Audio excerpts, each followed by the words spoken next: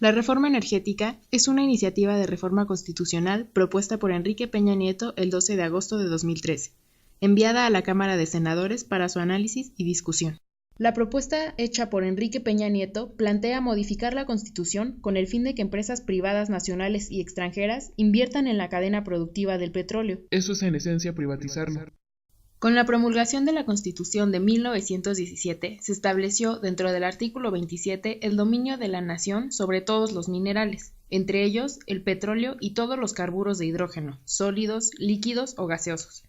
Además, daba al Ejecutivo Federal la posibilidad de que los particulares extrajeran para su aprovechamiento el petróleo y demás hidrocarburos, bajo la figura de concesión. En diciembre de 1938, el presidente Lázaro Cárdenas del Río impulsó la primera reforma energética, la cual mantenía la propiedad exclusiva del Estado sobre los recursos del subsuelo. Suprimía las concesiones sobre el petróleo y los carburos de hidrógeno, ya que la concesión confería a particulares los derechos para explotar y aprovechar bienes del dominio nacional.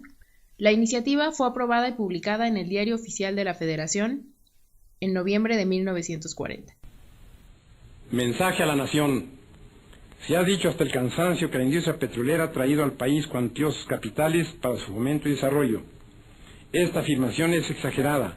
Las compañías petroleras han gozado durante muchos años, los más de su existencia, de grandes privilegios para su desarrollo y expansión, de franquicias aduanales, de exenciones fiscales y de prerrogativas innumerables, y cuyos factores de privilegio, unidos a la prodigiosa potencialidad de los mantos petrolíferos que la nación les concesionó, muchas veces contra su voluntad y contra el derecho público, significan casi la totalidad del verdadero capital de que se habla.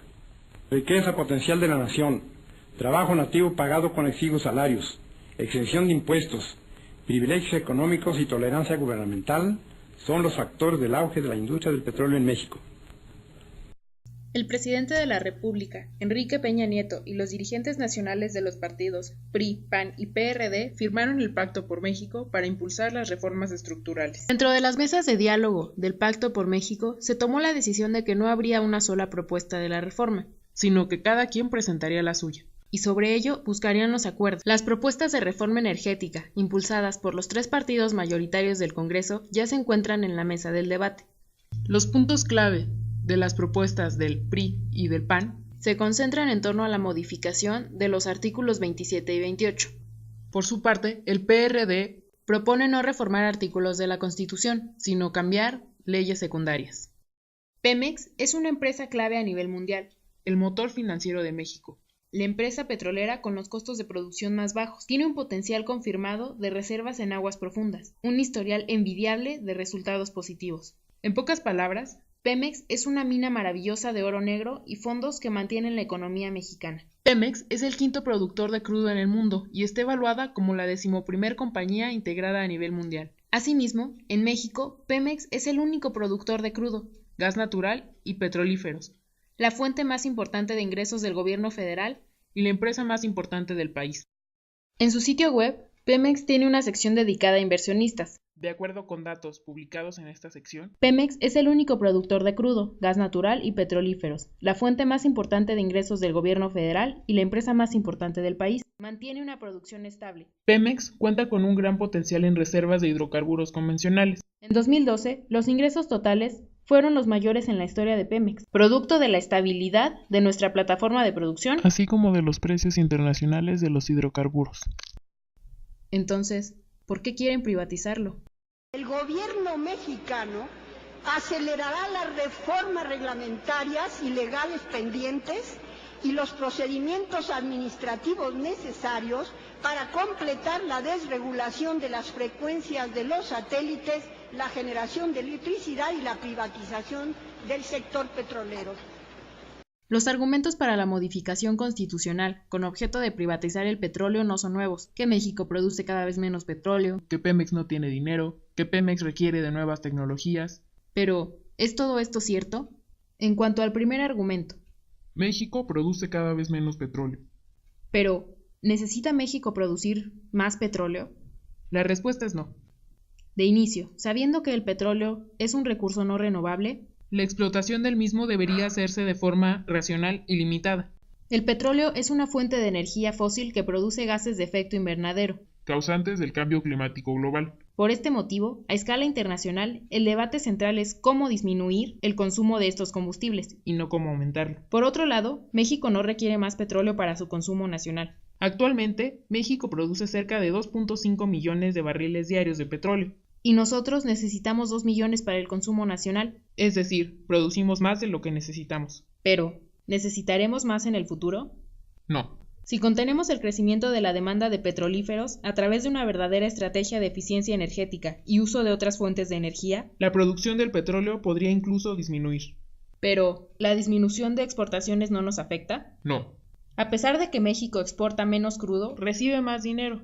En 2004 se exportaron casi 1.9 millones de barriles diarios, frente a 1.1 de 2012. En particular, la exportación de crudo a Estados Unidos pasó de 1.5 millones de barriles diarios a 950,000 barriles diarios.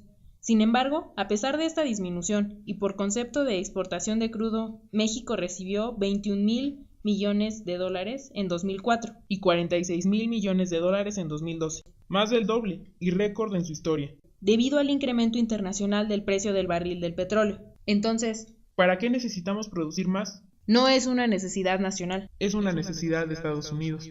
El segundo argumento es que Pemex no tiene recursos. Falso. El ingreso neto en 2012 se acerca a los 80,000 millones de dólares.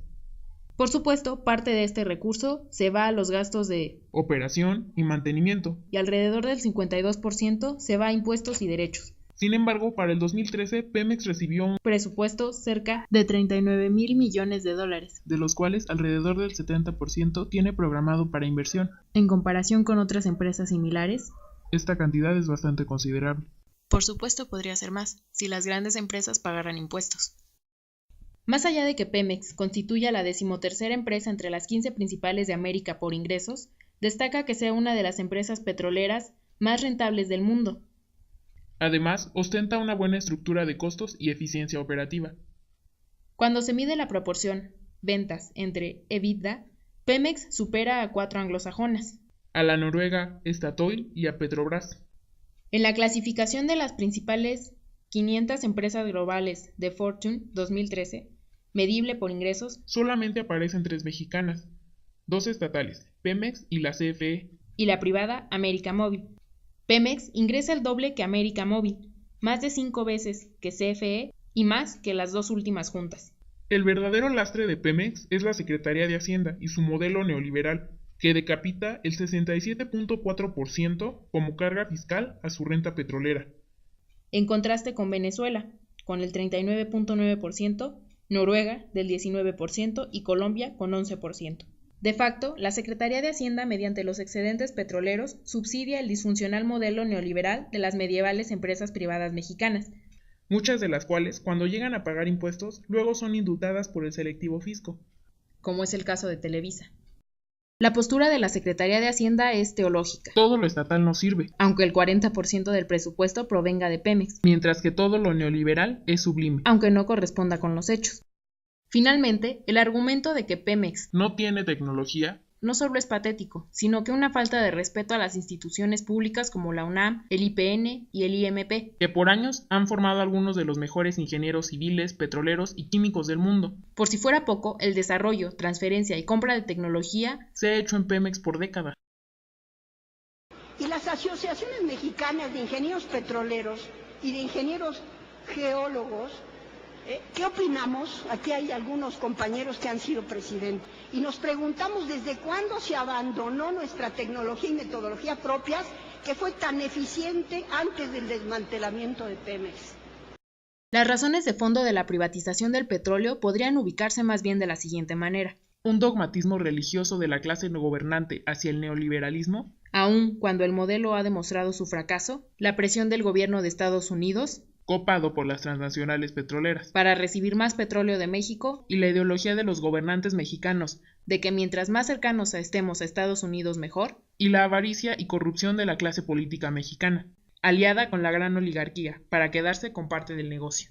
Que no te engañen. Porque Petróleos Mexicanos fue desmembrado como un mostrador de administración de contratos a particulares, vacío de proyectos exploratorios propios de Pemex. Y eso no lo digo yo, eso lo dijo Jesús Reyes Heroles hace unos días.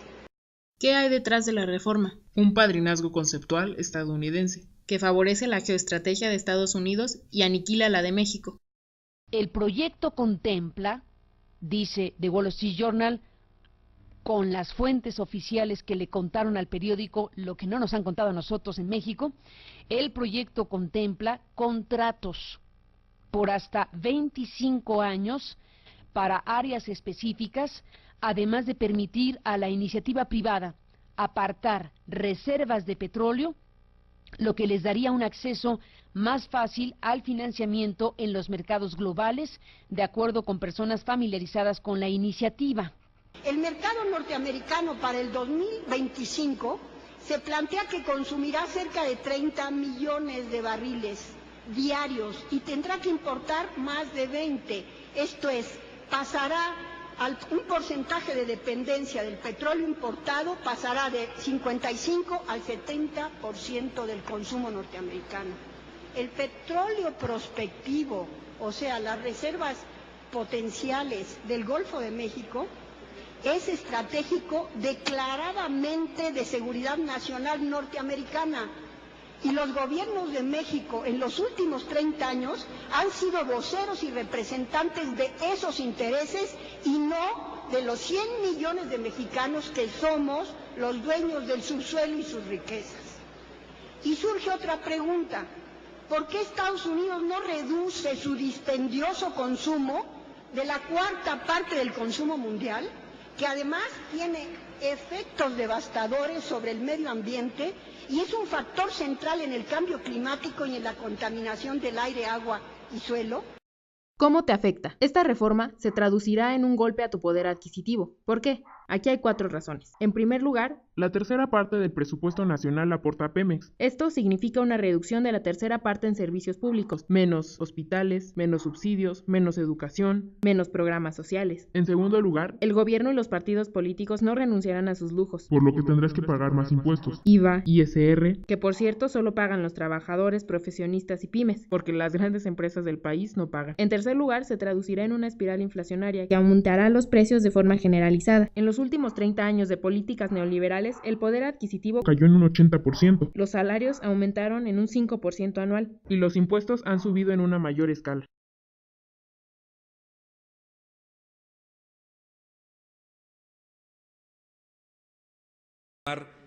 Porque ellos mismos lo dicen, vamos a empezar la exploración y esto dura quizás de 10 a 20 años. Sí, pero ahí la idea es bursatilizar. ¿Qué va a pasar el día después que nosotros bursatilicemos? Yo les doy el escenario. Al día siguiente, un movimiento en bolsa y se los deglute Wall Street. Al día siguiente, les dan un bajonazo de aquellos, ¿no? Y al día siguiente ahí tienen ustedes las acciones, las controlan desde Wall Street. ¿Con qué nosotros podemos frenar un movimiento especulativo desde Wall Street? Con nada.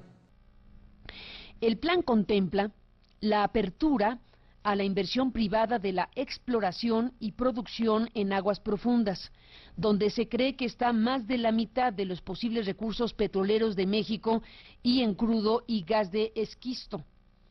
Las empresas extranjeras, a su vez, podrían obtener acceso a uno de los principales productores de crudo, con reservas probadas de 13.900 millones de barriles de equivalente de crudo y posiblemente a las cuartas mayores reservas globales de gas de esquisto, según la Administración de Información de Energía de los Estados Unidos. La reforma, al mismo tiempo, enterraría uno de los últimos símbolos del nacionalismo revolucionario del siglo XX de México, cimentado cuando el presidente Lázaro Cárdenas expropió la industria petrolera de 1938.